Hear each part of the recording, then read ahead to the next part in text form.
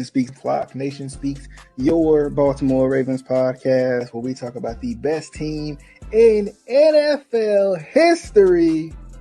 If you're a Ravens fan, I am a huge Joe Flacco Wise fan. Usher once said, "Situations will arise in our lives." I'm talking about shut down. Like you're not throwing on Jimmy Smith. Joe is criminally underrated. Lock him up in cuffs, criminally underrated. Lamar's put this team as a top 5 offense for the first time in 20 years. Got the arm talent. Jay Cutler had it too. I don't care about this argument against total TDs and all this. Oh, you want to talk about defense? Oh, until next time.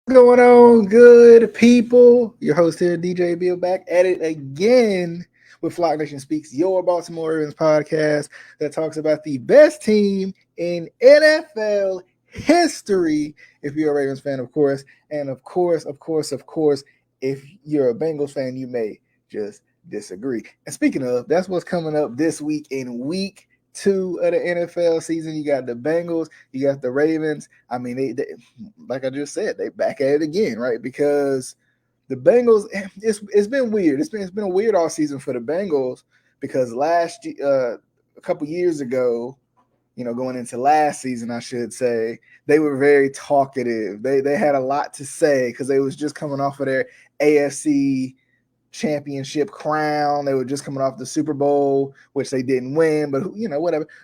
They were just coming off of, a pretty good season, one of the best seasons they've had in quite some time. So they were talkative. Joe Burrow was talkative. Jamar Chase was talkative. T. Higgins was talkative. Tyler Boyd was talkative. Joe Mixon was talkative. They all was talking.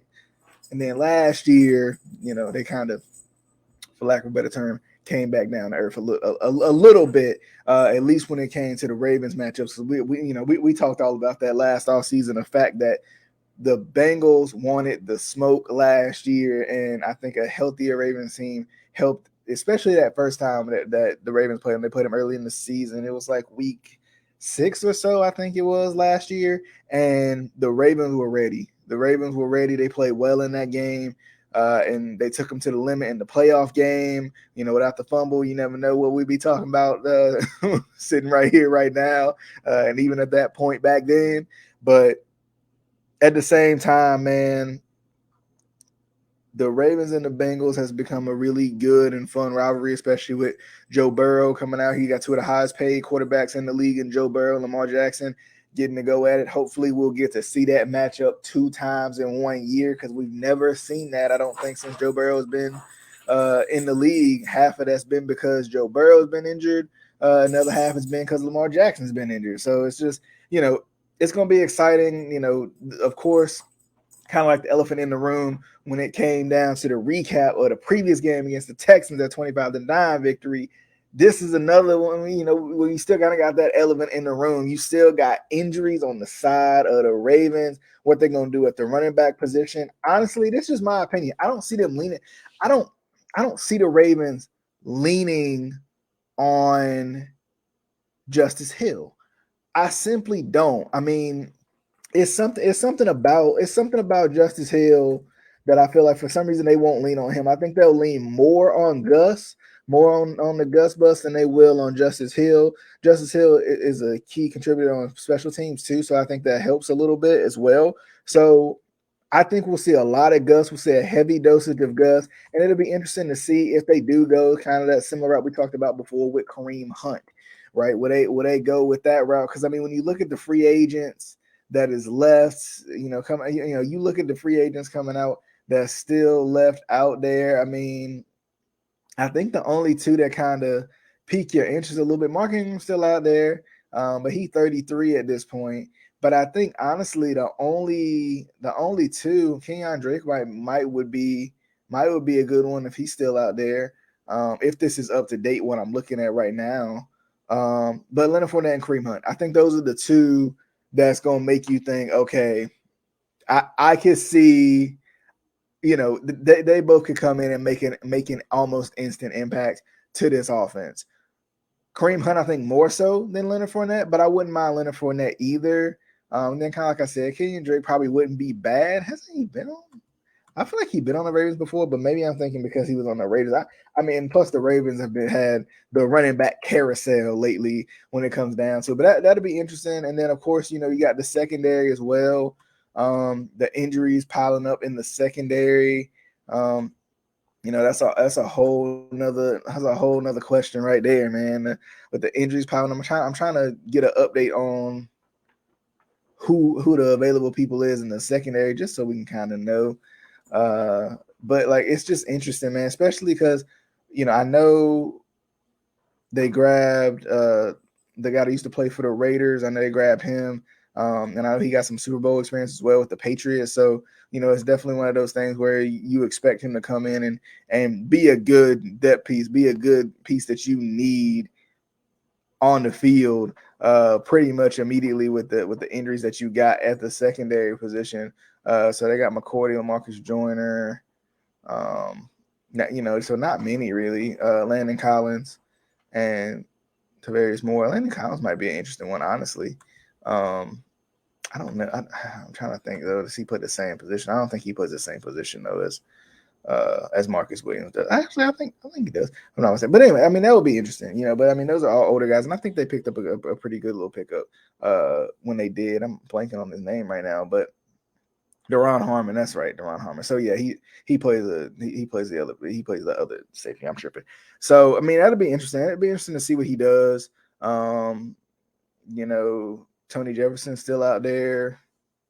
I mean, I don't know. I think they're kind of just gonna wait it out and see when Marcus Williams is gonna come back, and hope that it's very, very, very soon. But we'll see what happens, man. But I think they're gonna have to probably lean into picking up somebody just for the simple fact of, you kind of got to it.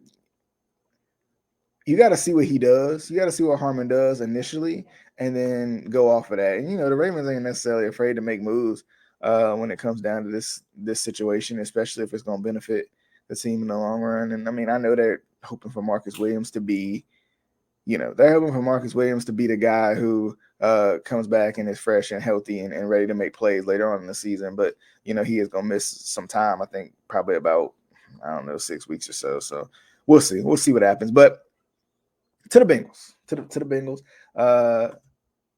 Interesting, just an interesting matchup, especially with our offensive line against still that front seven. I mean, Jermaine Pratt, I don't think he played nearly the game that he wanted to play last week.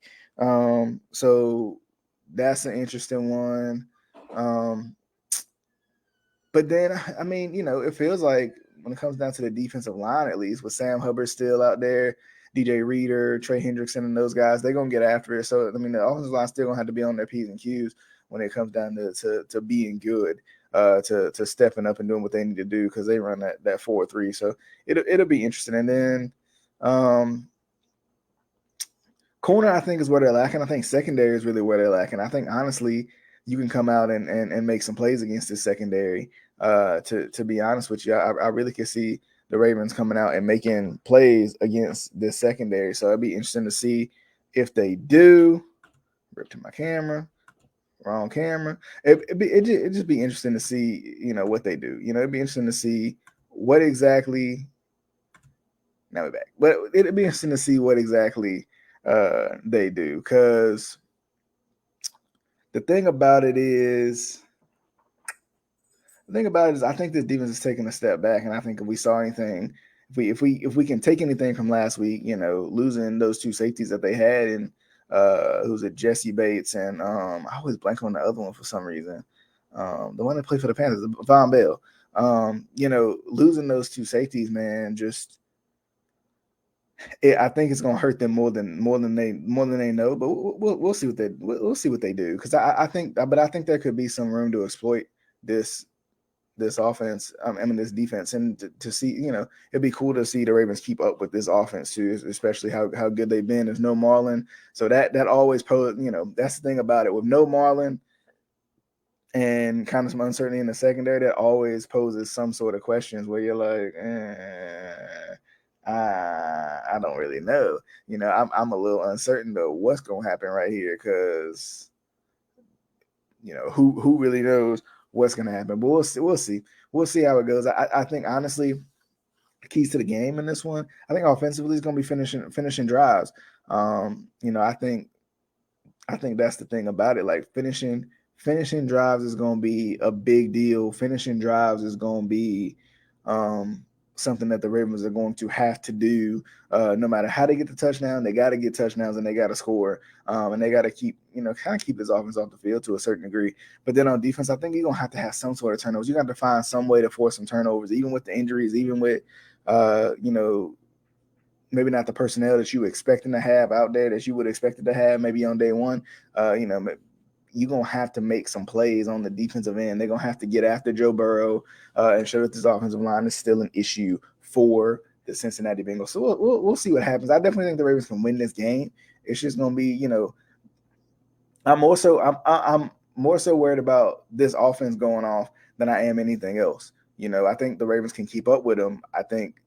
But I think this offense is really talented. And considering the guys that we got out there right now and the guys that we have out of the lineup, it makes you feel like this might be one of those times where you like, it's going to be tough sledding just because of the talent that they got. So I think if they can limit this offense, get after Joe Burrow, force some turnovers and stuff like that, I think they'll be good. I think on the offensive end, finishing those drives, finishing those drives, and that's just how it's gotta be. You gotta finish your drive. So we'll see what happens. But I'm definitely excited coming up in this Bengals Ravens matchup because man, I tell you what, these matchups has just been good. Ever since Lamar Jackson hit the little spin on the Bengals, the Bengals been feeling some type of way, and it's been a lot of fun, man. Of course, we had the big playoff game from last year where you was biting your nails the whole time, wondering what's going to happen, wondering how it's going to go. And then, you had the week 1 game, which was entirely different. And then, on top of that, you had that week 17 game, I think it was, right? Where, you got a chance to put yourself in a position for the Steelers to have their first losing record. And put yourself in a better position when it came to the division and stuff too. And you just, the Ravens dropped a couple games late last season that just didn't even make any sense when it came down to it. But I'm excited to see two relatively healthy teams go at it. See what that's going to do. I feel like Joe Mixon always has a pretty good game against the Ravens too. So to stop him and slow him down, that's going to be another thing. I think it is going to help that they don't have the tight end talent that they had last year. I think that's definitely going to help the Ravens defense, but we'll see. We'll see what happens. What do you guys think? Let me know below what you guys think is going to happen in this game, man, because I think it's one of those games that can really go either way, but I think for the Ravens, it would be advantageous to win this one because for whatever reason later on in the season is when the Ravens struggle against the Bengals more than right at this moment. So we'll see. We'll see what happens. We'll see how it goes. I'm definitely excited. I can't wait, man. Sometimes I hate that this game is at 1:00 because this is one of those games where you want to see it on prime time. You want to see it later on in the day. You want to have to wait a little bit longer to see it, even though you want it. You want the game right now, but you want you want to wait a little bit later just to see it, man. And kind of surprising this wasn't a primetime game in some form or fashion with finally getting Burrow and Lamar back on the field together. So we'll see what happens. It should be a whole lot of fun. But as always, you can always catch Flock Nation Speaks on all your major podcasting platforms. Every single one. You can always catch Flock Nation Speaks on that. But definitely hope you guys enjoyed the show. We'll see you guys on the next one. If you're on YouTube, be sure to subscribe. If you're not on YouTube, go to YouTube and subscribe. If you're not on the audio platforms, go to the audio platforms and heart the show. Add it to your favorites. Your favorite platform, we probably on that. And if we not right now, let me know because I'll see if I can get us on there. But nonetheless, definitely hope you guys enjoyed the show. This has been Flock Nation Speaks. We'll see you guys on the next one. Until